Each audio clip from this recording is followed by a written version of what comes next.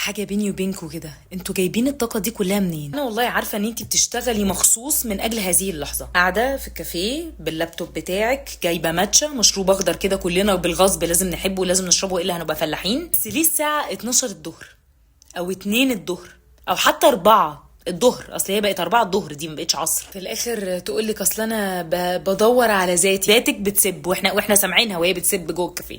مشكله ان هم خلوا شكلنا احنا الناس اللي عادي اللي بتشتغل من البيت او ما بتشتغلش وست بيت عظيمه في بيتها شكلنا وحش. انا بروح الكافيه، نفس الكافيه على فكره، وممكن اطلب نفس الماتشا لمجرد ان انا قلدكم مش اكتر.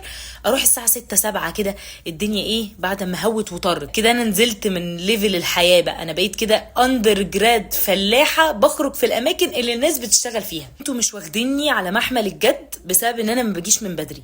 بس والله لما باجي حضرتك ريحه شياط شعرك طالعه.